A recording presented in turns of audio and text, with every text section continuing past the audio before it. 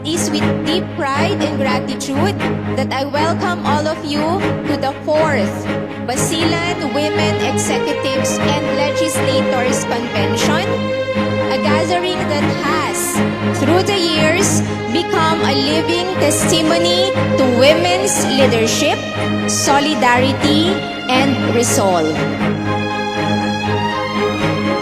This convention gathers us once more to learn from one another, to be reminded that integrity is not only a standard but a calling, and that each of us in our own spaces of influence can make governance work for the people it was meant to serve. Sa mga participants mula sa iba't ibang lugar, asahan nyo ho yung provincial government nyo ay maging gender sensitive. At the Bangko Sentral ng Pilipinas, we believe that inclusion is not only about access to financial services, it is also about empowerment.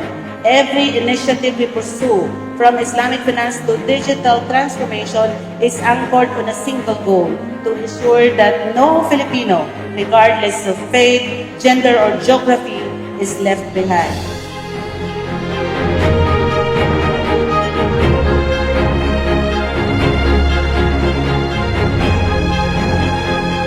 Women leaders, let us always lead with grit and grace. And most importantly, let us lift each other as we lead.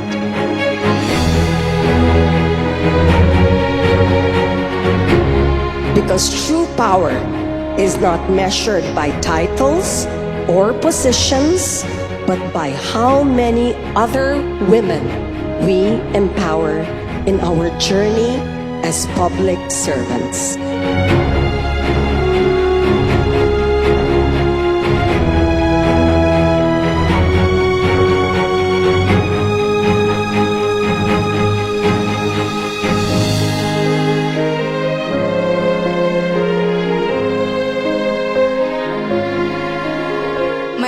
Maraming salamat sa inyong tugon sa paanyaya ng Be-Well. Mabuhay ang kababaihan ng Basilan, mabuhay ang kababaihan ng Pilipinas, mabuhay po tayong lahat.